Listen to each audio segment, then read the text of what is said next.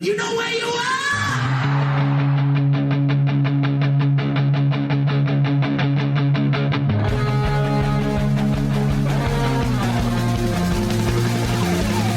This is Appetite for Distortion.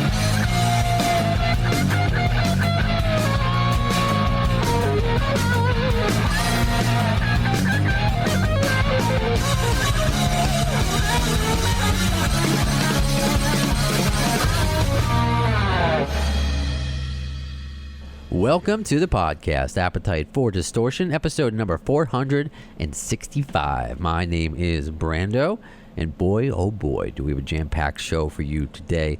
Later on, I'm going to talk to you, give you my review of half a Foo Fighters show. You may have saw the reports about thunderstorms. They had to stop maybe like 10 seconds into Everlong. We'll get into it. It was an emotional night, a wet night, an emotional night. We'll get into that later. We're also going to do Appetite for Discovery, where we meet new bands and artists maybe that we don't know enough about. However, this is a repeat guest on Appetite for Discovery and Distortion by proxy, of course. His name is Hannes Braun from Kissin Dynamite. You may remember him from the episode with Mark Kendall of Great White. We did Appetite for Discovery with Hannes then. He's coming back on, and if you watch these episodes on my YouTube channel, you get to see him this time around because it's been a couple years. We're going to reminisce about him getting to interview / we'll get to that. We're also going to speak to drummer Mark Schulman. We're going to speak to him about his new book. We're going to get motivated. He was the drummer of Pink's band for 14 years and Velvet Revolver for a few shows. Yeah. 6 degrees of Kevin Bacon, or GNR Bacon as I call it on this show. You never know who it's going to connect to, and that kind of leads us to our first guest. It's kind of not really an interview, just something I wanted to share with you, just a kind of cool moment in my life where they say don't cross the streams, but I'm crossing the streams between my professional life, my professional radio life, and this podcast, which is also professional. It gets confusing. So anyway, I did a radio tour with one of the members of the legendary band America, Gerry Beckley, who has a new solo album out. So, The Horse with No Name, what are they going to connect with Guns N' Roses? I'm like, okay, maybe I don't know what the connection is here. I'm just going to do my job.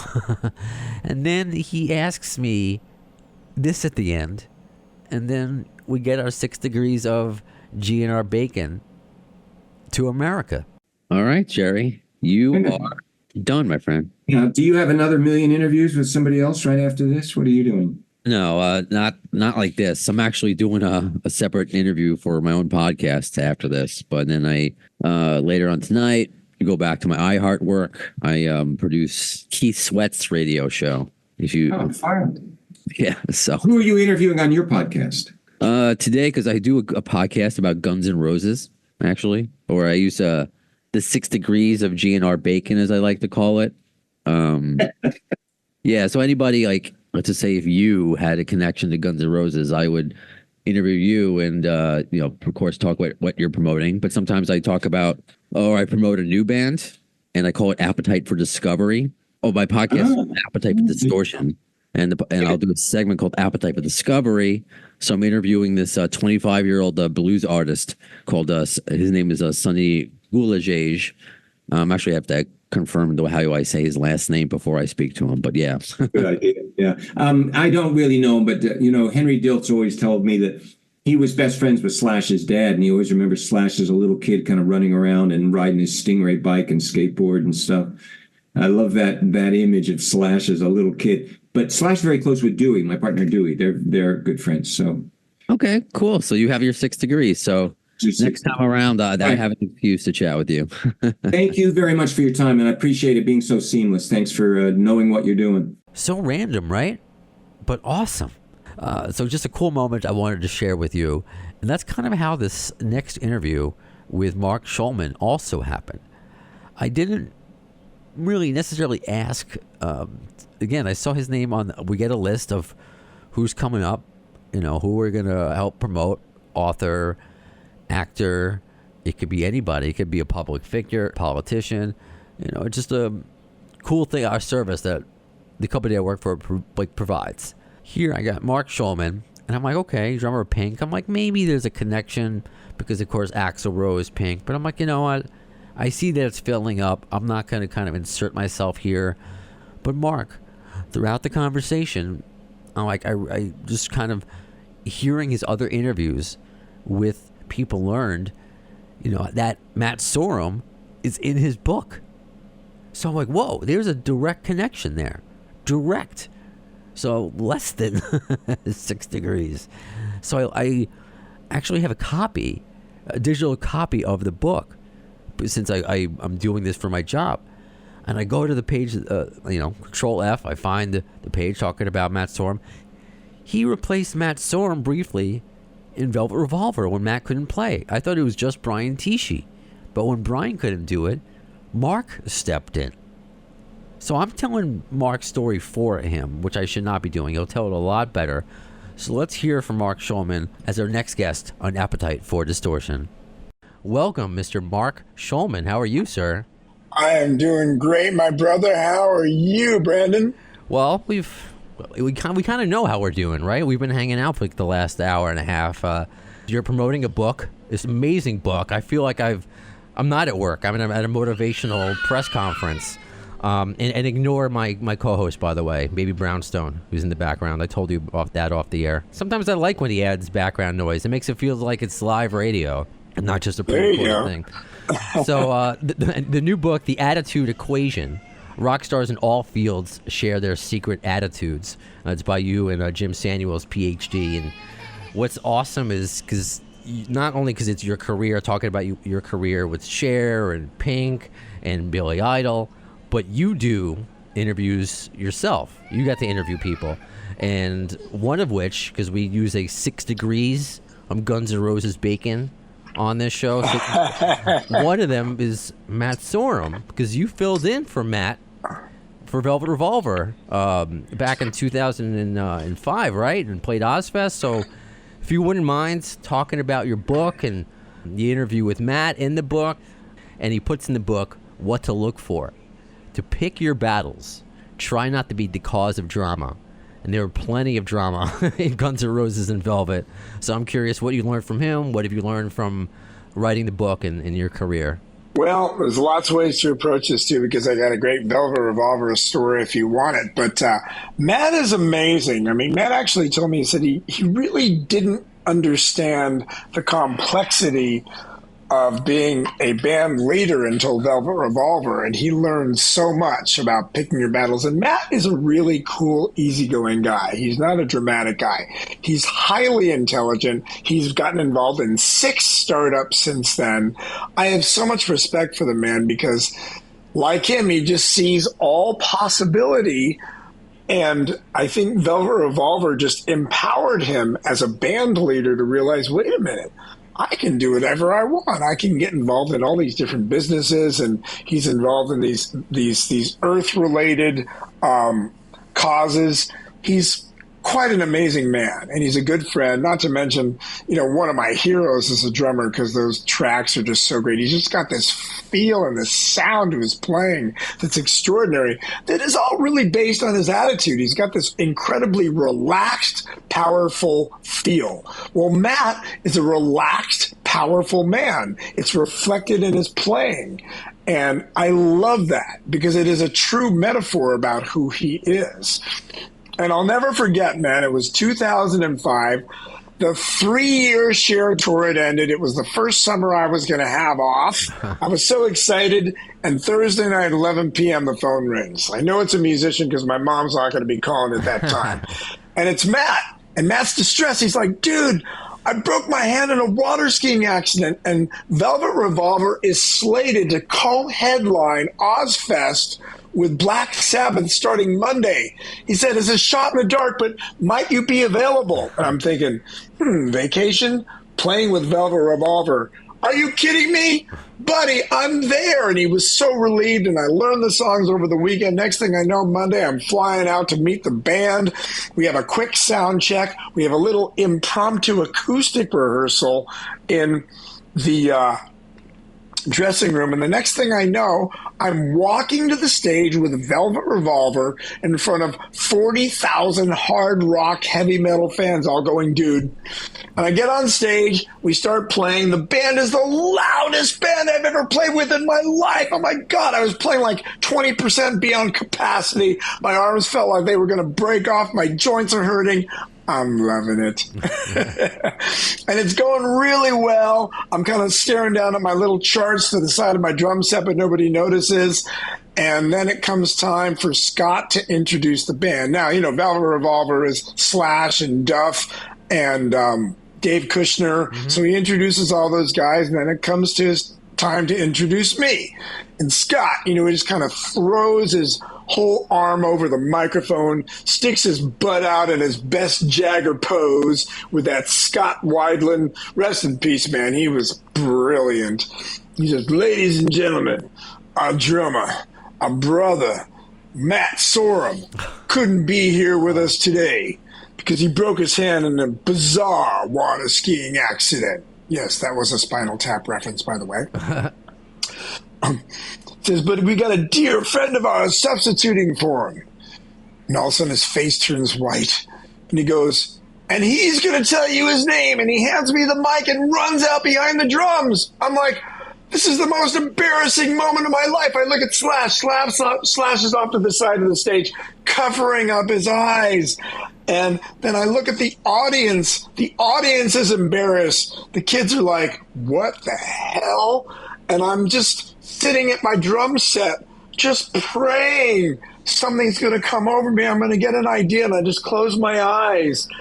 And sure enough, something came over me. And I opened my eyes and I just stood up and I looked down at my friends, my drums, and I decided I'm going to play a solo. But then I thought I could take this even farther. Since my band abandoned me, I could use the audience as my band. So I just got the audience up on their feet and said, come on, everybody, stand up. And I got the audience clapping.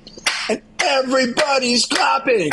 And then I just sit down and I just play this blazing solo. And then I'm done and the audience is giving me a standing ovation. And I throw my sticks in the audience and I grab the microphone and I say, I'm Mark Schulman. And then everybody comes on stage and we continue. And I realized a few years later, well, I work with neuro coach Heather Kreider. She's my partner and we speak together. And there's a couple of things that were going on, things that she talks about. She talks about the power of the pause. Pop, we call it. Pop, right? I had the power of the pause. My brain went offline and I stopped long enough just for my brain to come back online, for me to be able to think, for something to come through me. And that's when I had those ideas. That was the power of the pause. And I was also thinking to myself, another one of these neuroscience tricks is what's important now. I took the focus off of my own embarrassment, the focus off of my own fear, and put it on the audience. What's important now is I am here to entertain and rock these people. So I did. And it actually all worked out great. And I realized years later as well, the whole audience probably thought it was staged. Yeah. Because it was one of these things where, wow. So that's my Velvet Revolver experience. I just feel like I was so grateful and fortunate that the universe sent that energy through me, and I was smart enough to recognize the power of the pause. Oh, wow. That's something that I need to learn because I'm afraid of silence, and I'm always trying to, dead air in radio and trying to fill it. But you're right. The power of the pause is so important. And the fact that Scott forgot your name, why would you be embarrassed, though? He was embarrassed. I mean, was he embarrassed because he doesn't know my name? Is that's why? Well, I was left on stage. They were gone. I thought Slash was embarrassed. It was my responsibility. It's like, here I am, you've forgotten my name. This makes you look like an idiot. It makes me look like an idiot. And it's kind of my job here to make everybody feel good and to entertain them. So by taking that breath, I realized that let's just get back on track here. And it was embarrassing for the audience. Everybody was embarrassed. It was an embarrassing moment. It wasn't just Scott. And the idea wasn't to put it on Scott. The idea was to fix it for everybody, so to speak. Gotcha. Okay, right on. Same thing with my baby's crying. I got to take a pause and be like, how am I handling it? He's sucking his thumb now, so that's why you haven't heard him the entire interview. But that's wow, that's brilliant. I mean, I obviously hear so many different Velvet and GNR stories, and that's obviously one I have not heard. Before I let you go, because you've been doing such a long tour this morning, and I just want to wrap up talking about you, because my secondary theme is obviously GNR, Velvet, but I do talk about mental health and addiction, and it's been really eye-opening listening to you this morning, not just during our interview, but just to maintain that positivity and that outlook and that attitude. How do you, because I'm somebody who, I'm in a good place now with a wife and son, but I'm somebody who has dealt with depression his entire life. How do you approach that? Because sometimes it's not as simple as a pause. It's not as simple as like, okay, I have to change my attitude. Is there certain lessons that you've learned to really battle those difficult times? Well, there are things that I do, like you need to be mindful. Meditation is very, very important. My partner Heather and I meditate all the time. We use visualization because meditation gives your mind a reprieve from all this stuff. And whether it's not that you just need to stop thinking, it's just that you're giving yourself the luxury of the time to just sit and give you that time for yourself. So meditation really does help. And there have been many studies that show that meditation can absolutely help in the mitigation of depression. I mean, if your brain is chemically imbalanced, there are things you can actually do to change your own chemistry. And if you need some supplementation, you need some supplementation. But when it comes to attitude, the reason why this book is so important is you do have the power at any point. We can't control what happens to us so much of the time, but you really do have the point at any point in your life to kind of stop and choose an attitude that serves you by just visualizing it, focusing on it, focusing on yourself, feeling good, focusing on the outcome of a specific meeting, focusing on anything that can create this attitude shift. And by creating this attitude shift, you are then literally changing your behavior. This is also a neurological process that happens. And then by changing your behavior, shifting your behavior, you are shifting the consequences or outcomes of your life. And that's A times B equals C. That is the attitude equation that my co-writer, Dr. Jim, created because it is actual. And it does give you power because when you shift your attitude, you are making a decision. You're cutting off all other possibilities. When you cut off all other possibilities by truly focusing, by truly visualizing, then you are committed. When you make that commitment, then it's almost like there's no turning back because you've made the commitment to yourself and you've made that agreement. You can break the commitment, but then that hurts. And I think it's a lot more powerful and it's worth your self-respect and your integrity to maintain the commitment that you made with yourself and maintain the commitment that you made with others. Obviously well said, and it should be by somebody, motivational speaker and author. And those are everything you said I agree with because I have a chemical imbalance, but there's a lot of variables. You can take therapy, you can take medication, but it's changing your attitude along with that because it's not just a quick fix. And to be honest with you, doing this podcast, because it's been an addition to my career, has helped me change my attitude and my self-worth. So, Mark, your words mean a lot. I appreciate you working with you. You were such a pleasure to work with this morning and giving me some minutes myself for my own little podcast. So thank you.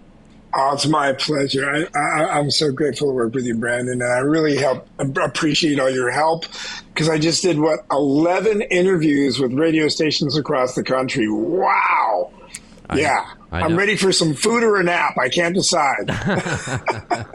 Hey, they both sound good. So if people want to check you out, because it's kind of like you do almost like a rock show version of motivational speaking, go to markschulman.com. You can follow him on Instagram, Marky Planet.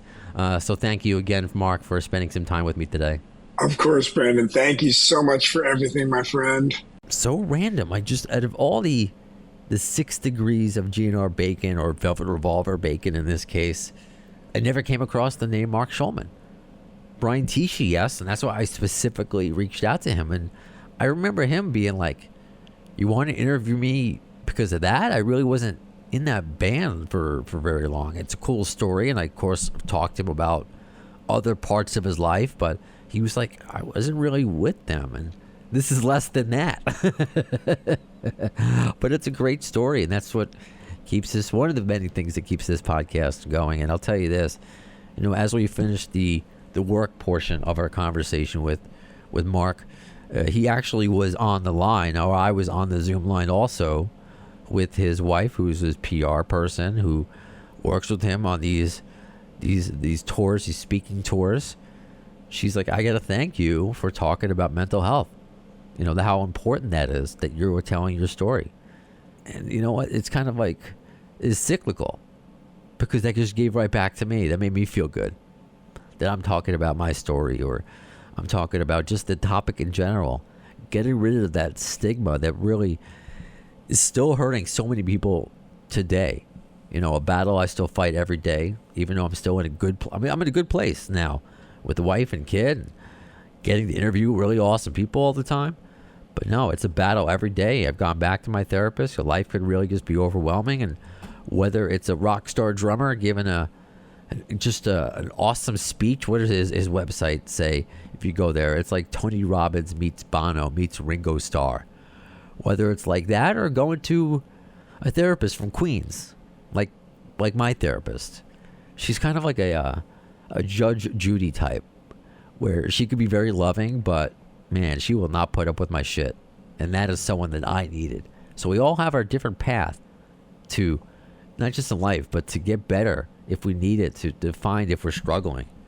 Just keep trying. There's so many ways to get better. That's the important thing to know. There's so many ways to do it. Just because one way might work for me or Mark doesn't mean it's going to work for you, but there's something out there for you that will help. So let's go on to Appetite for Discovery, Kissin Dynamite, the second appearance from lead singer Hannes Braun.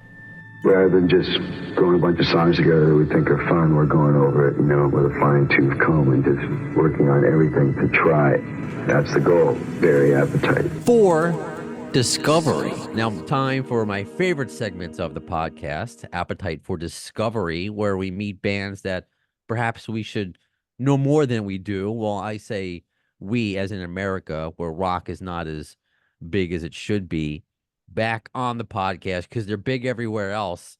Right, Hannes from Kissin Dynamite? How's it going, buddy? You're absolutely right. Thank you for having me. I'm good, and you? I'm good. Just looking forward to talking to you, and it's just interesting every time I speak to somebody who's from another country, and I'm almost like jealous, because just, again, rock is not as big here as I would like it to be. Yes. It was it was like one of those shitty American festivals. It wasn't Coachella, I forget it, but like the organizer said, like, oh, there aren't that many big rock bands to choose from. And I'm like, get out of here. What, don't you guys have Greta Van Fleet? Yeah, no, Greta Van Fleet is definitely one of the biggest, newer rock bands. So yeah, there's a million examples of just like they're not paying attention.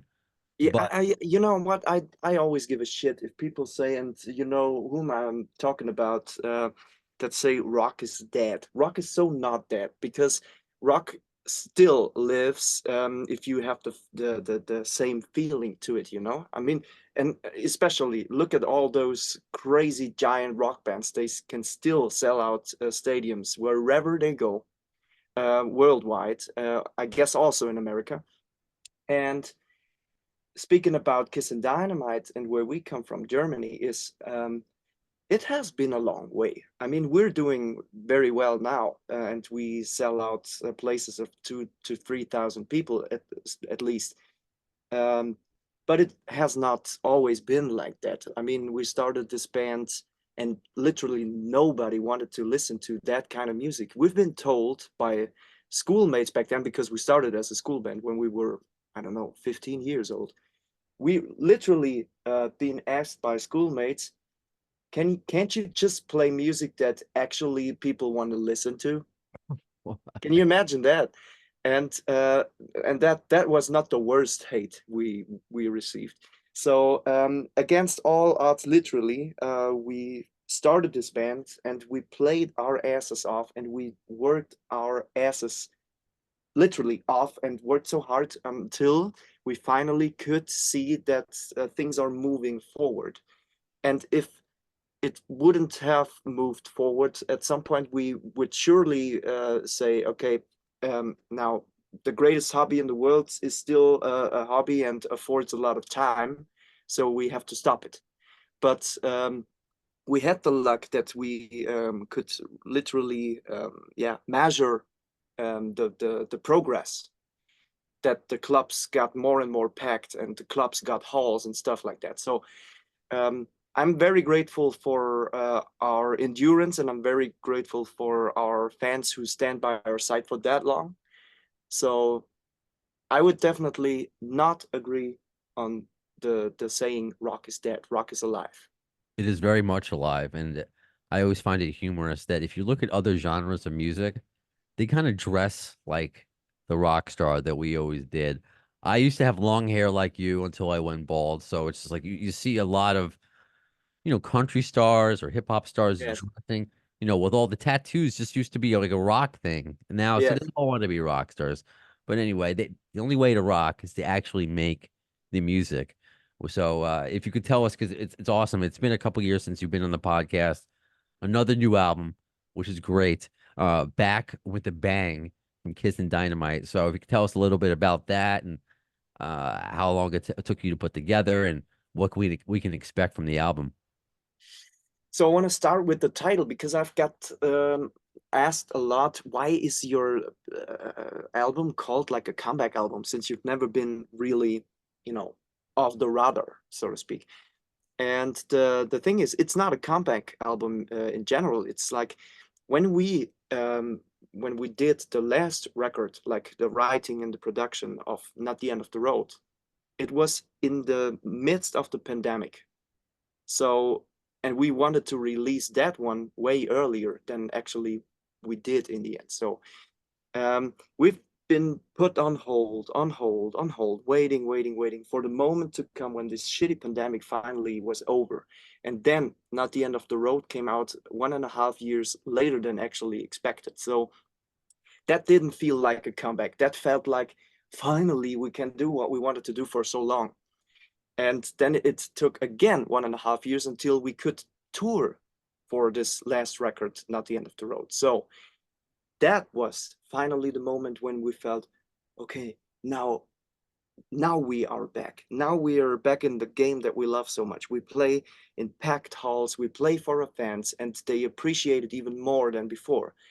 And when we came home from that successful tour, we literally, our tanks were refueled. We had so much enthusiasm, optimism, and just a great time in our pockets, that we couldn't handle but write new songs with especially that energy, And so that was the moment when we really thought we are back, and not just back, but back with a bang. So the album title of this new record, Back with a Bang, was super organically because we felt that.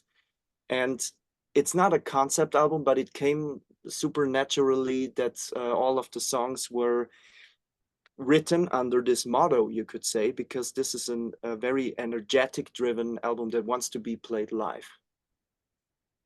I love that. And also, as a fan of puns, just or play on words, distortion, appetite for discovery, with the bang, Kissin Dynamite. I mean, it's only appropriate.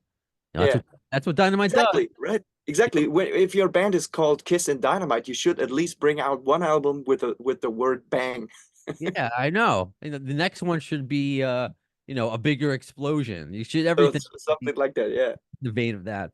Oh, and by the way, the festival I was trying to think of, where the organizers there's not a lot of rock bands to choose from, was Glastonbury, which Yeah. is offensive because somebody, Guns N' Roses just headlined Glastonbury just like a couple years ago. So there are bands, and Kiss and Dynamite will get up there too. At I some hope so. I and hope so. I would like to think so because again, wherever I talk to a different, whether it be a fan or a band, it's just I don't know what it is about America. It's weird. So let me kind of combine those two thoughts. When you were on tour with Steel Panther, right? Or was it? Yes. What was the reception to you guys when you were out on the road with those guys here in America?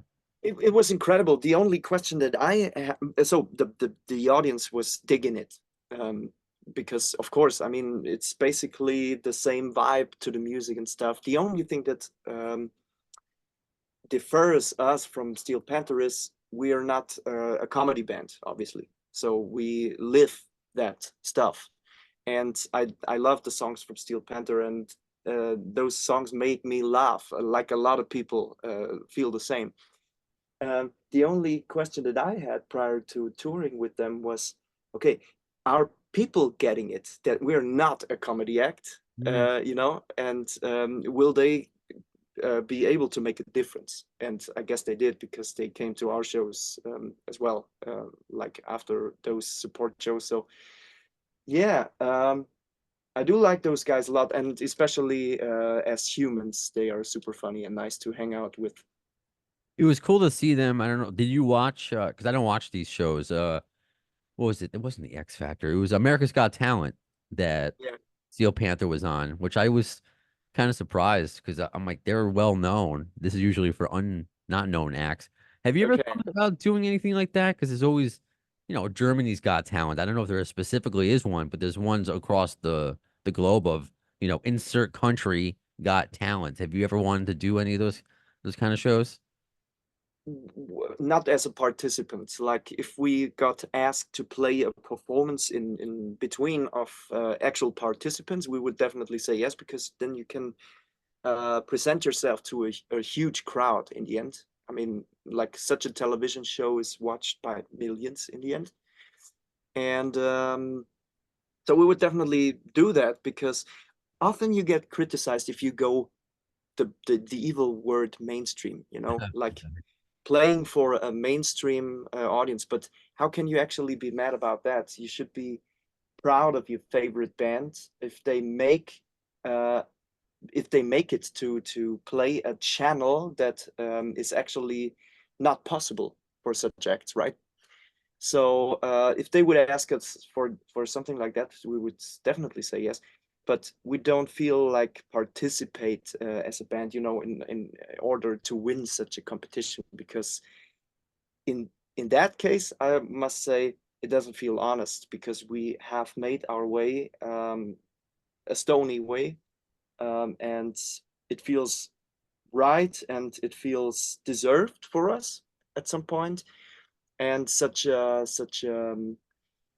talent competition in the end always gets a little trashy when it comes to reactions of those guys who judge on you and stuff. And so we wouldn't do that. You've had enough judgment, especially from that kid that said, Exactly, yes. right? Like, why don't you play music that people actually listen to? I think you don't need any more of that in your life. Yes, exactly. Thank you. Amen. But speaking of TV, I guess if you can, because it's been a bit since you were on the podcast the first time. I actually had to remember what we spoke about a little bit. Remind myself what your 6 degrees of GNR bacon was. So if people want to go back and listen, it's episode 326. It's the same episode with Great White's Mark Kendall, and you were telling me about, earlier on, you're on in your career, you had a TV show called Hair Force One, and you got Exactly. and you because of course the big hair, the '80s hair, and you got to interview Slash. So Yes. if you can kind of just tell us that story again, if you could, because it's been a minute since I've heard it. That was a super spontaneous thing, because back then, with this TV show, of course, we had some help by promoters who would deal interviews for us, because you cannot reach people like Slash, can you? On your own, I mean. And so those guys, those promoters of our show, they were constantly on the search for nice dudes and dudettes that wanted to have an interview with us, or other like the other way around. We were on the search for interviews with those guys. So and all of a sudden there was a call by our promoter, and she said, okay, I know it's super spontaneous, but you can travel to Berlin tomorrow morning and interview Slash. And we were like, what the fuck? Yeah. Really? You're kidding? No, it's for real, but we have only like a short time slot. Better be in time and be prepared and stuff. And so overnight we were traveling to Berlin, which is quite a run from where I live. And nobody of us, like Jim and me, we didn't believe it, literally. We were stoically driving to the capital of Germany, thinking we won't meet Slash. This is not gonna happen for some reason. And actually, Jim and me co-hosted the show together. So we were both speaking to our audience. But when we finally arrived at the luxury hotel where the interview should take place, and all of a sudden a guy with a big hat was standing in front of us, who was obviously looking like Slash and who was Slash, Jim was like, Looking all quiet. deer in headlights. All of a sudden, and he just told me. I can't. So I said, yeah, come on, I'm gonna do it. I'm gonna do it. So I sat there with Slash on the couch, and I interviewed him, and I asked him super stupid questions. I'm so happy that he wasn't mad at me, because obviously we had sort of a comedy show, so it was necessary to ask stupid questions. And for example, I asked him, hey Slash, what about Justin Bieber? Hey or gay? and and he responded, dude, this guy probably gets more pussy than you and I. I know that was a lot of words that you can actually not put in public, but that was the uncensored truth. And from this moment on, the ice was broken. This was basically the first or the second question that I asked the mighty Slash. And so we had a fun time together, and I guess he enjoyed it also. He said something like, you remind me of Marilyn Monroe. Not Marilyn Monroe. I mean the lead singer of Hanoi Rocks. What's his name? Oh, Michael Monroe. Michael Monroe. Marilyn Monroe was the lady. Very different. I mean, you're both Yeah. you're a blonde Yes. bombshell, so it could have worked. Yeah, both blonde. Okay, yeah. Yeah, That was a fun experience. I love that. I was trying to find that online. I couldn't. Does that exist? Unfortunately, it doesn't, because it was exclusive for the TV channel, and at some point it was bought by some, I don't know, Russian big investor, and he successfully crashed it, and it suddenly disappeared, like the whole TV channel. And with the whole TV channel, our format was all of a sudden gone. So we don't have the footage anymore, unfortunately. That's so lame. I mean, Yeah. it's a moment in your life that I mean, you'll remember it always, but it would be nice to go back and laugh And at. I have a photo of Slash and myself, so I will keep that forever. Oh, okay. All right. Cool, cool. I love that. Yeah, right on. I've spoken ad nauseum about if I ever have the opportunity to interview Slash, and I'd be a combination of you and your bandmate, where I would be nervous, little deer in headlights, but Yes.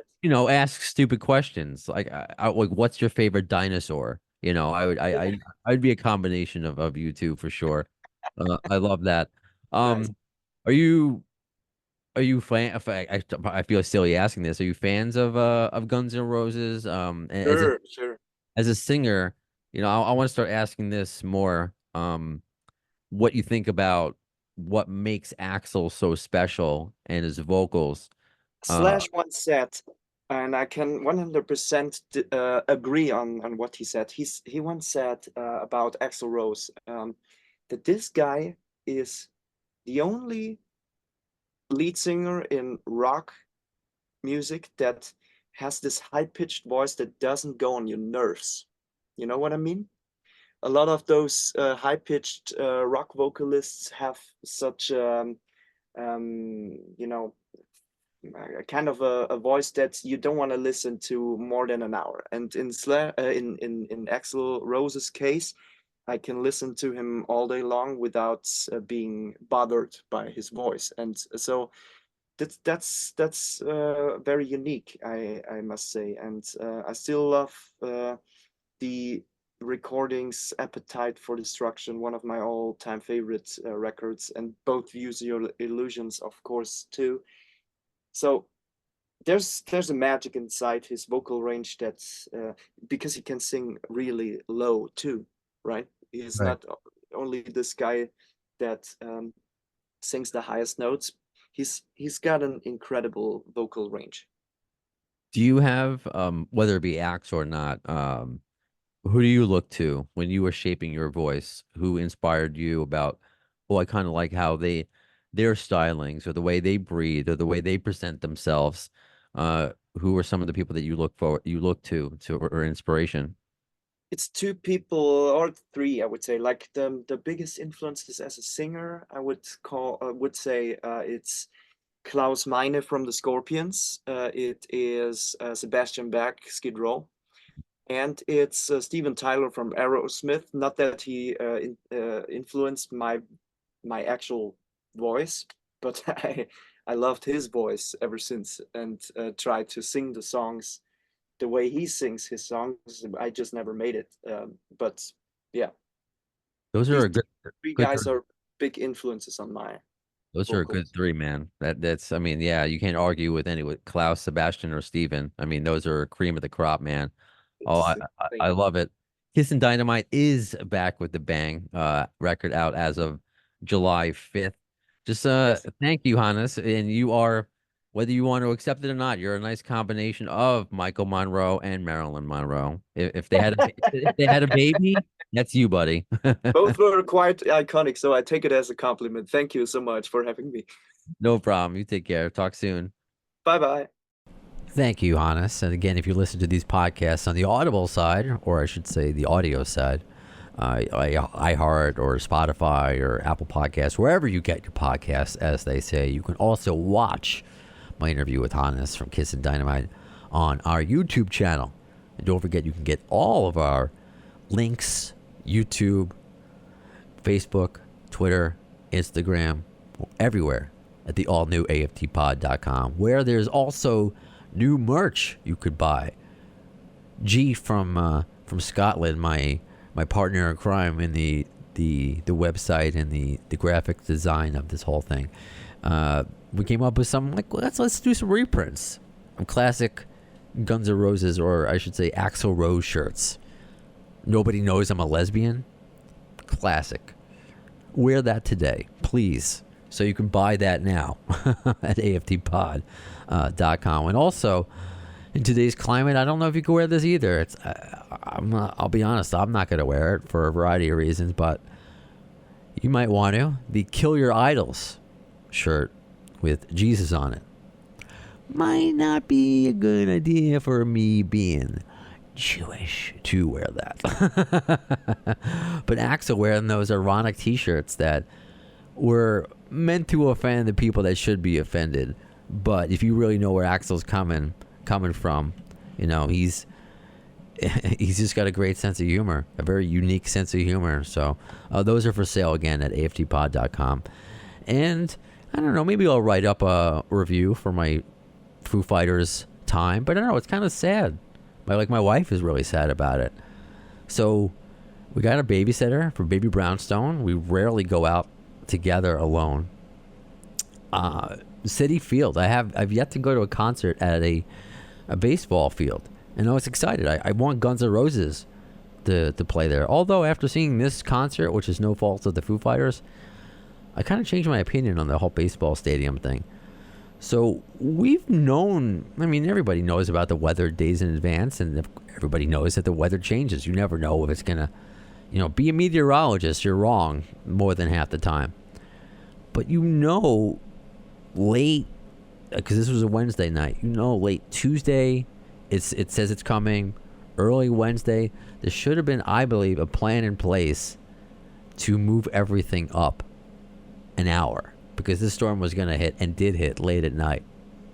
So I will say that going in, but it didn't. It looked like nice during the day, and just maybe, you know what? Maybe this will completely pass us, like many storms have before.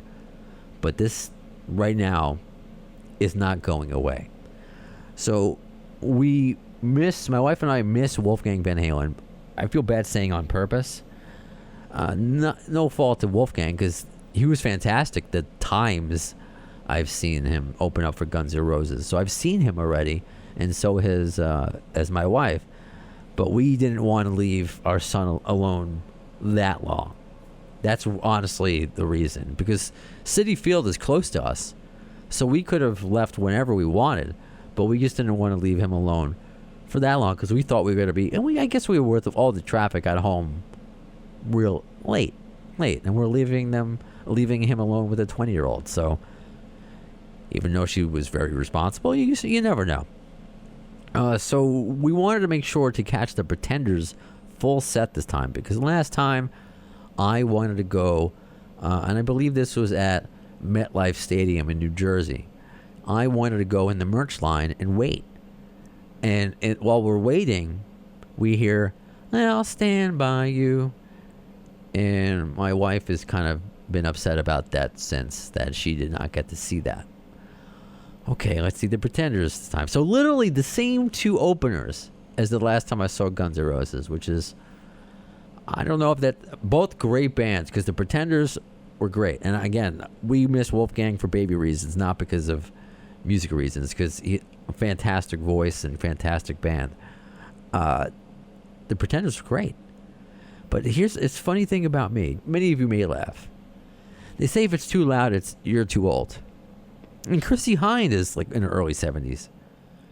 There are so many parts of the Pretenders set. I'm like, can they just turn it down just like a notch? It's on 11 right now. Can you put it like on a 10, maybe a 9? I'll deal with the 9.5. It was loud, but they were great. She sounds fantastic. Just the Pretenders are just an all-time great band. And, it's kind of just, yeah, the Foo Fighters are a bigger band. The Guns N' Roses are a bigger band, but it's almost criminal because the Pretenders just paved the way. And I'm sure they both would admit it for the Foo Fighters and GNR, that the Pretenders are anything but. They are the real deal. They are the real deal. So the weather's still holding up. Foo Fighters hit around 8 o'clock our time. And, I had mixed emotions going into this. My wife has never seen them. I saw them once, 2008, when I was living up in Cape Cod, Massachusetts. I was doing radio there, and some friends and we went up to Worcester, Mass. And to show how New York I am, I thought it was pronounced Worcester, because that's how it's spelled, but it's Worcester, Mass. We traveled up to see Against Me. Love that band. Serge Tankian, his solo stuff, which I prefer System of a Down, but still, it's Serge. And the Foo Fighters. And to this day, and this is with the Guns N' Roses shows I've been to, the Velvet Revolver shows I've been to, Axl DC, the ones I consider like my favorite concerts I've ever been to in my life, the Foo Fighters are right there. And to this day, again, it's 2008 the last time I saw them. I remember being, what was it, like 3 hours at that time, and like 3 encores, and just how great Dave Grohl was. I still just remember the feeling. And wow, did that come back quick as soon as the Foo Fighters started with All My Life. Like, oh my God, because I was excited to see them. But there was also, and this is the truth, big part of me that wishes it would have been appropriate to take Harrison Rex, Baby Brownstone. But it's just not. 14 months to a Foo Fighters show, no. She's taken him to a few Dave Matthews show, but that's Dave Matthews. You could fall asleep to his music, and it's back in the lawn. It was loud where we were. So yeah, I mean, I thought the Pretenders were loud. And then, of course, the impending weather, but we'll get there. So, and I hadn't felt this. And I'm like, what is, and I feel like in Seinfeld, what is this watery discharge coming out of my eye? I'm like welling up. Like, what is this? And almost with each song, I'm like welling up. Like what is happening to me here? And singing along. And in my brain, this happens with Guns N' Roses too, but I hadn't welled up like in any show other than when I first saw Axl and Slash together for the first time. I'm like, this is unreal. This is not supposed to ever happen, not in this lifetime. And I never had the opportunity. So yeah, many of you have seen them on the Illusion tour, even the Appetite tour, maybe even before. I was never that lucky. They were already broken up when I became a hardcore fan. And yeah, I welled up as soon as It's So Easy hit. But man, maybe it's because I became a dad. I'm a slightly, I'm 40 now. It's just every song, it's like in my brain went to a different period of my life when that song was new. And just holy crap, man. I'm like, wow, this is going to be a fucking epic show. Oh, I cannot wait. And Dave is saying how long this show is going to be. We're just getting started, motherfuckers. And it's so funny. My wife's like, wow, he really likes to use the F-bomb. I'm like, wow, you've never heard Dave Grohl talk, because that's all. That's like half of what he says. And just some great songs that I wanted to hear at the, close to the beginning of the set, because all we saw were 13 songs. So, times like these and Walk and My Hero and just, again, all The Pretender, just one of The Pretender. I remember when that came out, just playing that a repeat, being like, this is the best ever. And I just love, and I'm paying attention because Dave is really interacting with the crowd. He's fantastic with it. And it's very cool. And it was not lost on me that this is my first time ever seeing Josh Freese live. Our 6 degrees of, 1 degree, former member of Guns N' Roses, even though he never played live, the writer of Chinese Democracy, the music, Josh Freese, former podcast guest. I don't know if he's too famous now to do the podcast, but we'll see. I'd love to have him back. He was so awesome. But to see Josh Freese do his thing, and I am not somebody who notices the drummer. I've said this. With all the hate that I see online towards Frank and his playing, like, I don't get it. I just don't. I'm not a musical person at all. I have no talent. I'm just such a cliche lead singer, lead guitarist kind of guy. That's who I gravitate towards. And I've loved every drummer GNR has had because they all seem like cool guys. And they all look cool in their presence. And that's what I look for as a non-drummer, a non-musician, look for in drumming. And I've heard it all about the tempo and the timing and groove and swing and all that, and all of that. So I took notice of Josh Freese playing. I'm like, holy shit, this might be the best drummer I've ever seen. Like, holy crap, he is so good. And I posted a clip of this online.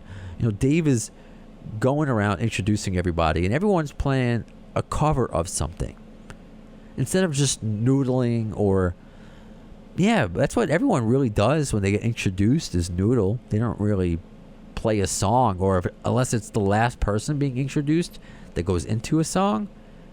I'm trying to think with GNR. Well, that's not true. They used to play Richard Forrest and Bumblefoot, right? They used to play Beautiful. So I mean, I really love things when bands do things like that. So I'm mistaken there. Please, by the way, I don't say this enough. Correct any mistakes that I make on the podcast, please. Just let me know, because I know I make a ton of them. I want to learn. I learned so much from you guys.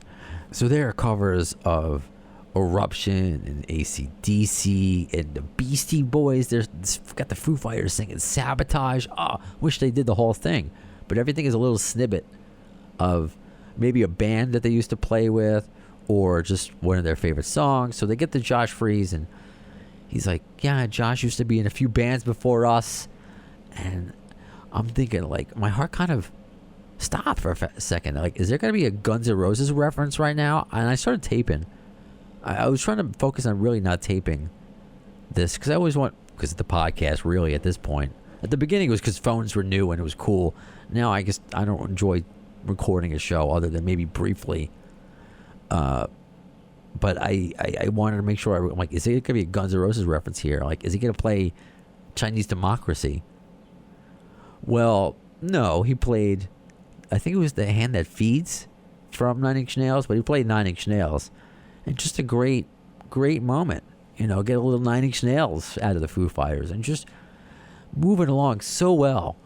And after, it might have been Learn to Fly, Dave Grohl comes out and says there's, you know, an impending storm. And he's not lying. You know, we see the thunder in the distance. This isn't like, oh, we're going to get a little wet. Let's be ultra cautious. Like, no, they have every right to be cautious. Like, this sucks. But you could tell, like, something is coming. And he's like, we're going to try to get in one more song. He just goes to the beginning. Hello. No, gotta go. I'm so sorry. And that's all my wife wanted to hear was Everlong. And wow, what a case of Slash's blue balls. If I want to turn a phrase a little bit. But what a case of Foo Fighter blue balls right there. And yeah, we waited for a bit inside, but man, it came down hard. Like, there's no way if they got through Foo Fighter Everlong, we would have been rained upon like crazy. So they called it at the right time. They did. So kudos to them for that. However, I think if you know it's going to be late, you got to move things up, man, and do things in time and give updates. The updates on social media weren't fantastic, so it's just a bummer. We couldn't go because they played 2 dates. We couldn't go the Friday, which is why we chose the Wednesday. So my wife was seriously thinking about going to Boston or just a surrounding state to go, but I'm like, honey, we don't have the time. We are literally driving to Philadelphia, where I just got back, by the way, for you to see Dave Matthews twice. For your grand total of 72 times. 72 times she's seen Dave Matthews. So we just made a quick trip up to Philadelphia and quick trip back. Got to see the Liberty Bell, got to see the Rocky Steps, Rocky Statue, but I primarily spent it in the hotel room with Baby Brownstone. And while she went to see Dave Matthews by herself. Even if we could take him, I don't want to go to see Dave Matthews. I love her for being a fan, but man, she listened to them for like 3 hours on the way up. Oh my God, I can't. I've given the old college try. It's like, I don't shit on them around her, because that wouldn't be nice. That's her band. It's not my fault that she likes Guns N' Roses more than I like Dave Matthews. It's just the way it is. But she's bummed about Foo Fighters. She wanted to go from Philly to Boston. I'm like, nah, I got work to do. Like, we can't do this. I'm a good husband. I want to see the Foo Fighters, but I can't. No. They will tour forever. Kind of like how Slash, I believe. I'm like, because that's my next concert. And hopefully it doesn't rain, because another outdoor venue. And also, I mean, the outdoor venue where I'm seeing Slash, okay, it's the top of a building. I saw him at a baseball stadium where, in today's world, you got to have a retractable roof. I know it's easy for me to play with other people's billions, but these teams make billions. This just shouldn't happen. I should have another full Foo Fighters show on my belt. I'm upset about it. Yeah, and my wife is too. We got a couple cool shirts we bought. So yeah, I took also a lot of your advice. I'm going to take a lot of your advice when I asked online. I'm not going to take Baby Brownstone to see Slash. I think our seats might be close, so wouldn't it be smart? I really don't know how long we're going to be there and what it's going to be like. So I know I got his whole life ahead of him to see all these shows. I'm just really eager to do it. I only just conclude by saying this. They just were fantastic. They really were. One of the best live bands I've ever seen. Half a Foo Fighters show. I'm like, shit, man. And again, I haven't been emotional at a show, and I've seen Gerry and I plenty of times since that first 2016 show. And every time I've enjoyed myself. I want to go next year. Next year, hopefully, Baby Brownstone time as well. We'll see. I guess it depends. I guess now I want to buy my seats far away, so like his ears don't get hurt, even with the headphones. That does it for this jam-packed episode of Appetite for Distortion. Let me thank my guests. So we got Gerry Beckley of America, Mark Schulman, formerly of Pink, with a brand new book out and then a motivational speaker, and of course Hannes Braun from Kissin Dynamite. And thanks for listening to my Foo Fighters review. Hope to see them again in full. And of course I'll do a review when I see Slash. So until the next episode of Appetite for Distortion, in the words of Axl Rose concerning Chinese democracy, I don't know if soon is the word, but you'll see it. Thanks to the lame ass security, I'm going home.